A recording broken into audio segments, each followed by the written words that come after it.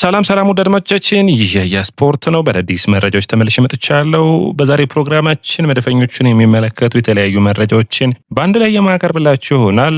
በዚህ ታዲያ የተለያዩ ጉዳዮችን የምናነሳ ይሆናል። ውድ አድማጮቻችን፣ እንግዲህ የመጀመሪያው የሚሆነው ስለ ኖኒ ማዱዌኬ እናወራለን። የኖኒ ማዱዌኬ ጉዳት፣ ሳካና ራይስም ከእንግሊዝ ብሔራዊ ቡድን ጃፓን ጋር ለምታደርገው ጨዋታ የማይጫወት ይሆናል። ጁሊያን ኒግልስማን ስለ ሃቨርትዝ የተለየ አስተያየትን ሰጥተዋል። ከዛ ውጭ ዩሊያን ብራንት እንግዲህ ብዙዎቻችሁ የምታውቁት አርሰናል በአርሰን ዌንገር ጊዜ አንስቶ የሚፈልገው ተጫዋች ነበር። ታዲያ በ29 ዓመቱ ከዶርትመንድ በነፃ የሚለቅበት እድል አለና አርሰናሎች ፍላጎታቸውን አሳይተዋል። ለሊዮን ጎሬትስካም ሌላኛው ተፈላጊ ነው። ጋብሪኤል ሄሱስ በብዙ ክለቦች እየተፈለገ ይገኛል። የርገን ክሎፕ ለማይክል አርቴታው ስብስብ ያላቸውን አድናቆት አድርሰዋል። እነዚህንና ሌሎች መረጃዎችን አጠራቅሬ ተመልሼ መጥቻለሁ።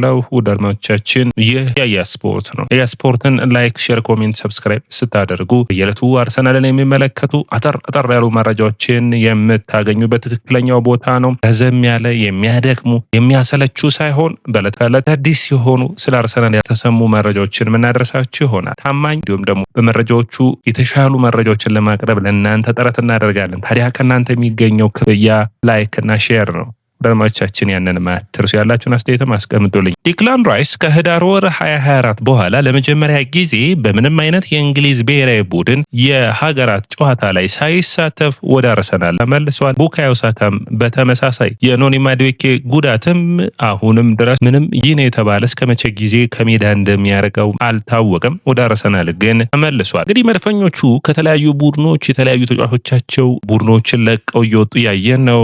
ገብርኤል ሰሊባ፣ ትሮሳርድ እንዲሁም ደግሞ ቲምበርን አይተን ነበር አይደለ? የማዱዌኬ፣ ራይስ፣ ሳካ አሁን ደግሞ ያጋጠሙ ናቸው። አጠቃላይ አርሰናል እንግዲህ ትልቁ ሂደት ወይም ደግሞ እንደ ቡድን ትልቁ ሁኔታ እየተነሳ ያለ እነዚህ ተጫዋቾች ማዱዌኬን አይጨምርም። ማዱዌኬ በጨዋታ ውስጥ ወቅት ነው ጉዳት ያጋጠመው። ሌሎቹ ግን እረፍት ይፈልጋሉ የሚል ነው። ትልቁ እረፍት ይፈልጋሉ ሲባል በጨዋታው በጣም ብዙ አሁን በእግር ኳስ በሚገባ እየታወቀ ነው እና ብዙ ጨዋታ ሲጫወት የሃምስትሪንግ ጉዳቶች ይከሰታሉና ያንን በሚገባ ጥንቃቄ ለመውሰድ የፈለጉ ይመስላሉ ቡድኖች አርሰናል ላይ ያለውን ጫና ለመቀነስና የእንግሊዝ ብሔራዊ ቡድን፣ ፈረንሳይ ብሔራዊ ቡድን እንዲሁም ደግሞ በጥሩ ሁኔታም በውሳኔያቸው እንግዲህ ብራዚል ብሔራዊ ቡድን ባለፈው ገብርኤል ማጋሌስን አርሰናል ያጣበትና ያ የወሳኝ የሆነው የቪላ የቼልሲ ጨዋታ ላይ ያለ ገብርኤል መጫወታቸው አርሰናልን በጣም ፈታኝ እንደነበር የምታስታውስ ነው። ታዲያ እነዚህን ሁኔታዎች እንግዲህ አርሰናል ተጫዋቾቹን ከጉዳት የሚያርቅ ይሆናል። ነገር ግን ይህ ተጫዋቾቹ መቀነስ አሁንም መልሶ ረፍት እንደሚያስፈልጋቸው የሚያመላክተው ታዲያ እነዚህን ተጫዋቾች ማይክል አርቴታ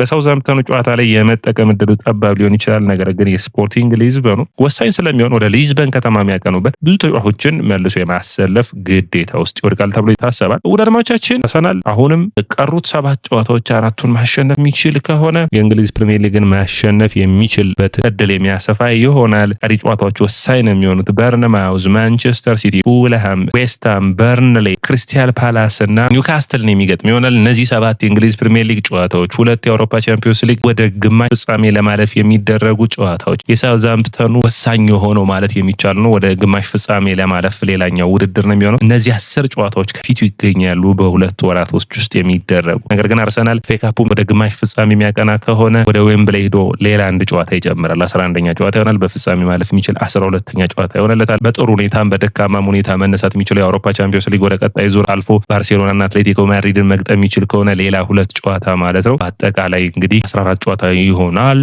ፍጻሜው 15 ጨዋታ ይሆናል። በአጠቃላይ አርሰናል ሁለቱም ጨዋታዎች ፍጻሜ የሚደርስ ከሆነ አርሰናል ታሪክ ብዙ ጨዋታ የተጫወተበት የውድድር ዓመት ይሆናል። ሽንፈቶች ይጠበቃሉ። ነገር ግን ሽንፈቶቹ መድፈኞቹ ዋንጫ የሚያጡባቸው እንዳይሆኑ አንዱ የሚጠበቅ ይሆናል። ጁሊያን ኒግልስማን ጥሩ አስተያየትን ሰጥተዋል ስለ ሃቨርትዝ። በኔ እይታ ቃል ብቃቱ ደረጃ ሃቨርትዝ ከፍተኛ ደረጃ ላይ ከደረሰ በቃል ብቃቱ ሙሉ በሙሉ ፊትነሱ ላይ ከሆነ ከነ ፍሎሪያን ዊርዝ፣ ሙሲየላ፣ ግናብሪ የጀርመንን ቡድን ከሚመሩ ተጫዋቾች ውስጥ አንዱ ይሆናል የሚል ነው። ይኸውልህ ሃቨርትዝ በደጋፊው ላይ ይወደድ ይችላል።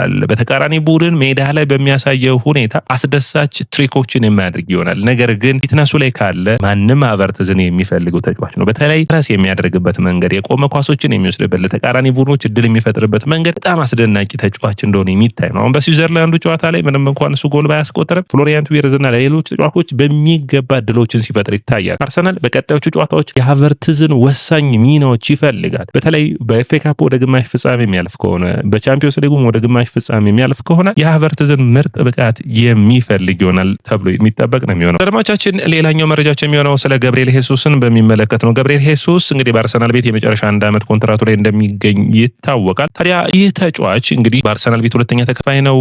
አሁን ሶስተኛ ሆኗል። አንደኛው ቡካዮ ሳካ 300,000 ነው። 285,000 ደግሞ ሃቨርትዝ ነው። ሶስተኛው ገብርኤል ሄሱስ ነው። ታዲያ የሄሱስን ይህንን ያክል ዋጋ መከፈል ተከትሎ አዲስ ኮንትራት አርሰናሎች አላቀረቡለትም። 2027 አርሰናል የሚለቅበት ይሆናል። 1 ዓመት ለሚቀረው በብዙ ቡድኖች እየተፈለገ ይገኛል። የ3 እና የ4 ዓመት ኮንትራት እያቀረቡለት ይገኛሉ። ገብርኤል ሄሱስ ወደ ፓልሜራስ የመመለስ ፍላጎት አለው። አርሰናል 1 ዓመት ለቀረው ኮንትራቱ ላይ ተጫዋች እስከ 30 ሚሊዮን ፓውንድ የሚፈልግ ይሆናል።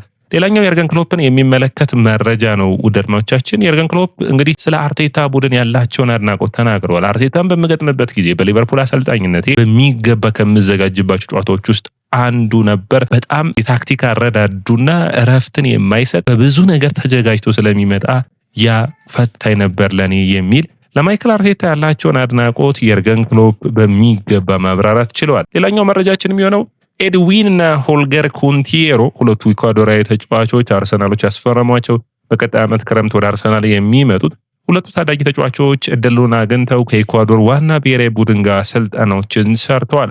ሁለቱም መስመሮችን መሸፈን መቻላቸው አርሰናል ምንም እንኳን ስለ ዳውመን ስለ ንዋነሪ ብናነሳም የነዚህ ተጫዋቾች ፊርማ በጣም አስደናቂ የሆነ በጉጉት የሚጠበቁ ተጫዋቾች እንደሆኑ መረሳት የለበትም። ሌላኛው ኤልፊ ኦስቦና ይባላል። የተከላካይ መስመር ተጫዋች ነው። የ17 ዓመት ተጫዋች ነው። ለአድማጮቻችን ለስኮትላንድ 19 ዓመት በታች ቡድን ውስጥ የሚጫወት ነው። በጣም ጥሩ ክህሎት ያለው ነው። በአርሰናል መልማዮች እምነትን አግኝቷል። ታዲያ ከህርትስ ወደ አርሰናል ዝውውሮችን ለማድረግ አርሰናል ጥያቄ ለማቅረብ ፍላጎት አለው። መድፈኞቹ ተጫዋች የሆነው ማርቲኔሊ በክረምቱ የመልቀቅ ዕድሉ ሰፊ ነው ተብሎ ከሚጠበቁ ተጫዋቾች ውስጥ አንዱ ነው። ኮንትራቱ በ1 ዓመት ብቻ ይቀረዋል። ነገር ግን አርሰናሎች 1 ዓመት የማራዘም መብት አላቸው። ስለዚህ አትሌቲኮ ማድሪድ፣ ሪያል ማድሪድ እና ባርሴሎና ተጫዋቹ ላይ የሆነ ያክል መጠን ፍላጎት አላቸው። ነገር ግን የዲያጎ ሲሞኔ አትሌቲኮ ማድሪድ በጠንካራ ሁኔታ የዚህ ተጫዋች ፈላጊ እንደሆነና አትሌቲኮ አጫወት ተመራጭ እንደሆነ እምነት አለው። ታዲያ ለገብርኤል ማርቲኔሊ አርሰናል 50 ሚሊዮን ፓውንድ ዋጋ አውጥቶለታል። ስለ ጁሊያን ብራንት ያለውን መረጃ እንየው። እንግዲህ ስለ ብራንት ስናወራ በጣም እኔ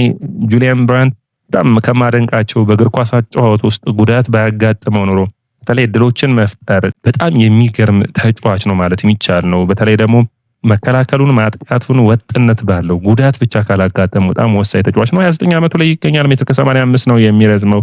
የአጥቂ አማካኝ ሆኖ በ10 ቁጥር መሰለፍ የሚችል ነው። ከግራ መስመርም መነሳት የሚችል ነው።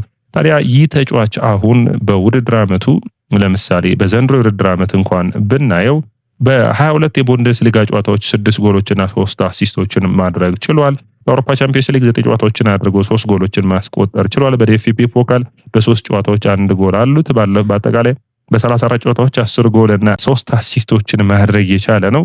በተለይ ድሎችን የሚፈጥርበት መንገድ አርሰናል ለጠፋው ይሄ ኤብሬቺ የዜጋ የምናየው አይነት ድሪብሎች እዚህ ተጫዋችም ላይ ታዩታላችሁ። በተለይ ግን ድሎችን የሚፈጥርበት መንገድ በጣም ተመራጭ ያደርገዋል። አማካይ መስመሩ ላይ በተለይ አርሰናል በሚቸገርባቸው ጨዋታዎች በ2-8 ቁጥር መጫወት በሚፈልግባቸው ጨዋታዎች ውስጥ በጣም ወጥነትና በጣም አስፈላጊ የሆነ ተጫዋቹ ነው መታየት የሚጠበቅ ነው። ልምዱ አለ።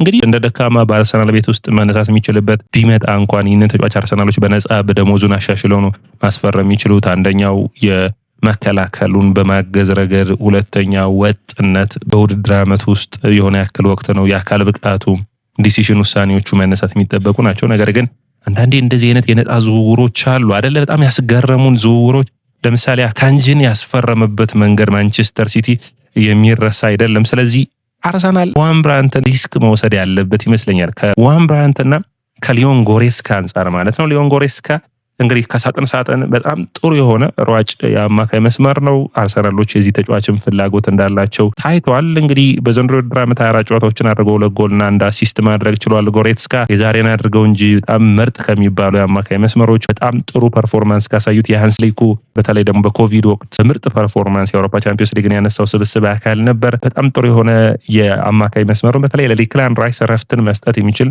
ለአርሰናልም በተለይ ደግሞ አርሰናሎች ኖርጋርድን የሚለቁ ከሆነ ጋርደን ቦታ የመሸፈን ብቃት ያለው ተጫዋች ነው። ጎሬትስካና ዋን ብራንት አንዱን የማስፈረም ፍላጎት ሊኖር ይችላል ብዬ አስባለሁ። በአካል ብቃቱ ረገድ ለእንግሊዝ ፕሪሚየር ሊግ ሎንግ ፓሱ በተለያዩ ቦታዎች መሸፈን፣ የአመራር ብቃቱ 31 ዓመት ላይ መገኘቱ ጥሩ ነው። መጥፎ ጎኑ የጉዳት ችግር አለበት። እድሎችን መፍጠርና ዲሲፕሊን የመሆን ሁኔታውን ማሻሻል የሚያስችል ከሆነ ነው። ነገር ግን ከጀርመን አካባቢ የሚመጡ ተጫዋቾች ሁሌም ችግሩ የእንግሊዝ ፕሪሚየር ሊግን በፍጥነት አይላመዱም። ነገር ግን በኔ እይታ ዋን ብራንትን አይነት ማለት በእግር ኳስ እየጠፉ ካሉ 10 ቁጥር ተጫዋቾች ውስጥ አንዱ ነውና አሁን ሪያን ቸርኪን ስታዩት በማንቸስተር ሲቲ ቤት፣ አርሰናል ደግሞ እንደ ዋን ብራንት አይነት ተጫዋችን ማግኘት የሚችል ከሆነ የኤቭሪቺ ኤዜን የማክስ ዳውንማንን የማጥቃት ክፍል በቀላሉ ከፍ ማድረግ የሚችል ተጫዋች ይመስለኛል። ወደ አድማጮቻችን የእናንተን አስተያየትና ኮሜንት የምጠብቅ ነው የሚሆነው። ይህ ያያ ስፖርትን ላይክ፣ ሼር፣ ኮሜንት፣ ሰብስክራይብ ማድረጋችሁን አትርሱ።